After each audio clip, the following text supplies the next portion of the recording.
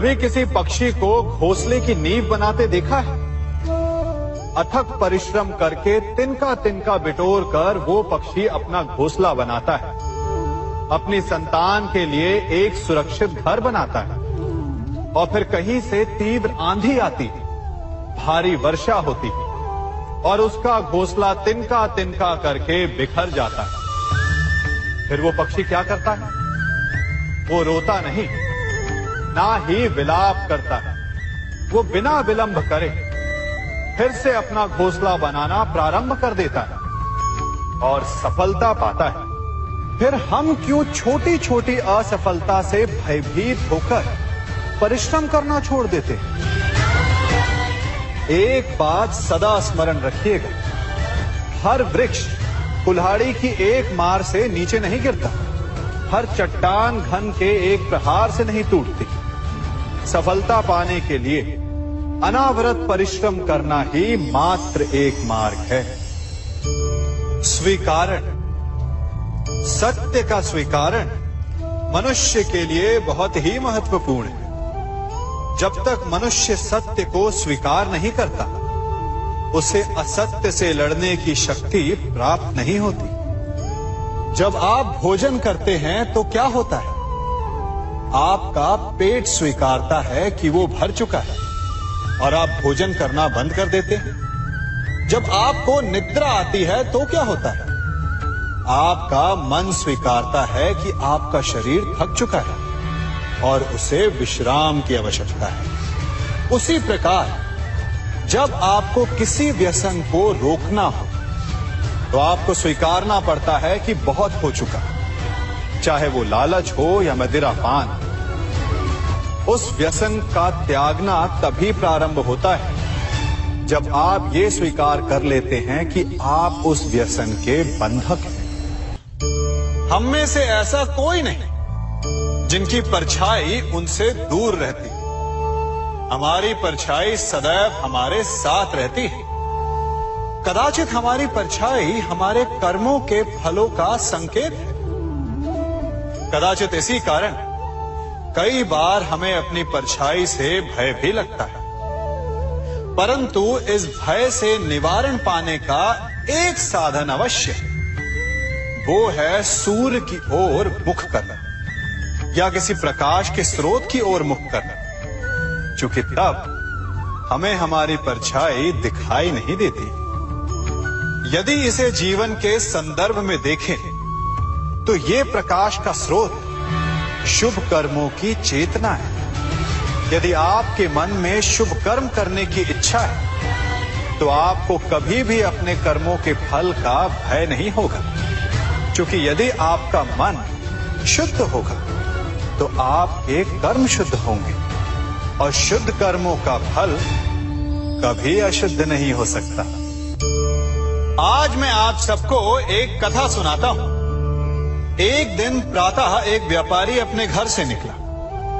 घर से निकलते ही एक बिल्ली ने उस व्यापारी का मार्ग काट दी। व्यापारी घबरा गया। वो फिर से घर लौट गया और शुभ घड़ी की प्रतीक्षा करने लगा।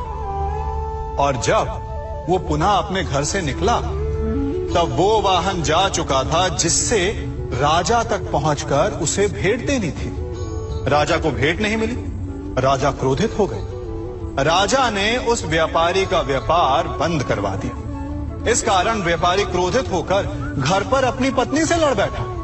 पत्नी अपने बच्चों समेत मैके वापस चली गई और उस व्यापारी के जीवन में यदि कुछ रह गया था तो केवल अंधकार। और इन सब का कारण वो उस बिल्ली को मानता रहा जिसने उसका मार्ग काटा था।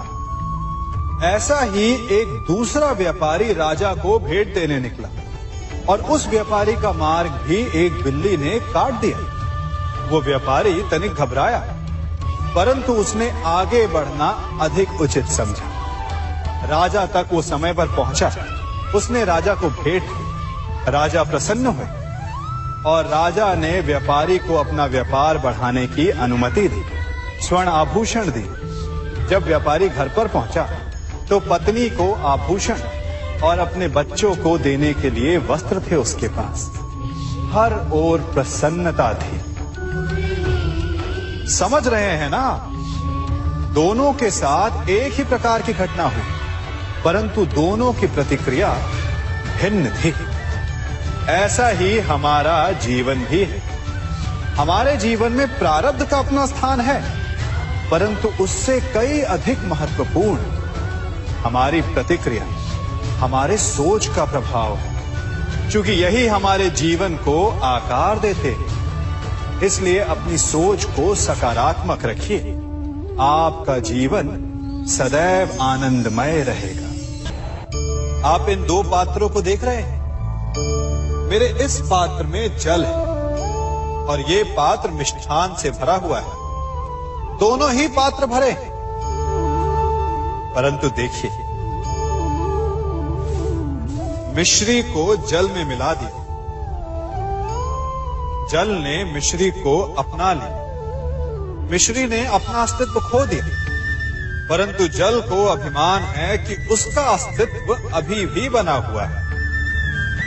परंतु जो इस जल को चखेगा उसे अवश्य पता चल जाएगा कि ये जल अब वो जल नहीं रहा, ये अब शरबत बन गया।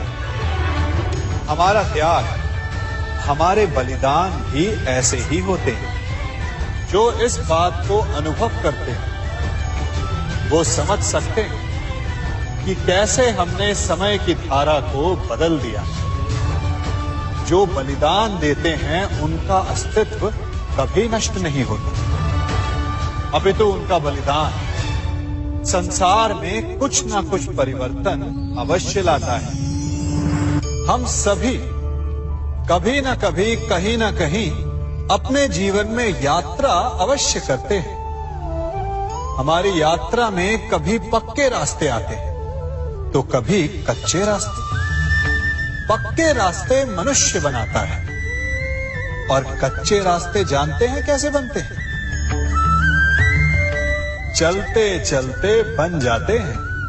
जब लोग एक स्थान से जाते हैं तो पैरों के दबाव से नीचे की घास कुचल जाती है। बार बार उस मार्ग से जाने से धीरे धीरे मार्ग स्वतः ही बन जाता है। और यही जीवन है, यही नियति है। जब आपके जीवन में आपको मार्ग ना मिले तो रुकिए नहीं, आगे बढ़ते रहिए और आपके पैरों के दबाव से मार्ग स्वतः ही बन जाएगा। हम सभी अपने जीवन में सफलता चाहते हैं, है ना? उसके लिए हम रात दिन परिश्रम करते हैं, कड़ी मेहनत करते हैं, परंतु फिर भी असफल हो जाते हैं। परंतु ऐसा क्यों होता है? कभी सोचा आप सबने? क्योंकि सफलता पाने का मंत्र बड़ा कठिन नहीं, बड़ा सरल है। उचित विचार, उचित समय, उचित स्थान पर उचित प्रहार। जब आपके विचार, समय, स्थान और प्रहार यानी परिश्रम उचित है तो सफलता आप ही को मिलेगी। जिस प्रकार एक लोहार लोहे से कुछ बनाते समय उस लोहे के सही ताप तक के आने की प्रतीक्षा करता है और समय आने पर उचित स्थान पर पर्याप्त बल से प्रहार करता है और लोहा आकार ले लेता है, ठीक उसी प्रकार आपकी सफलता भी आकार लेती है।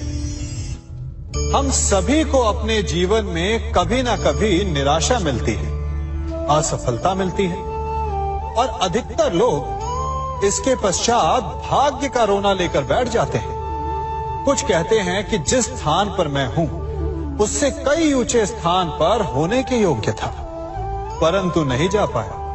किसी को पीड़ा है कि उसे जो मिलना चाहिए था वो उसे नहीं मिला, भाग्य ही बुरा था।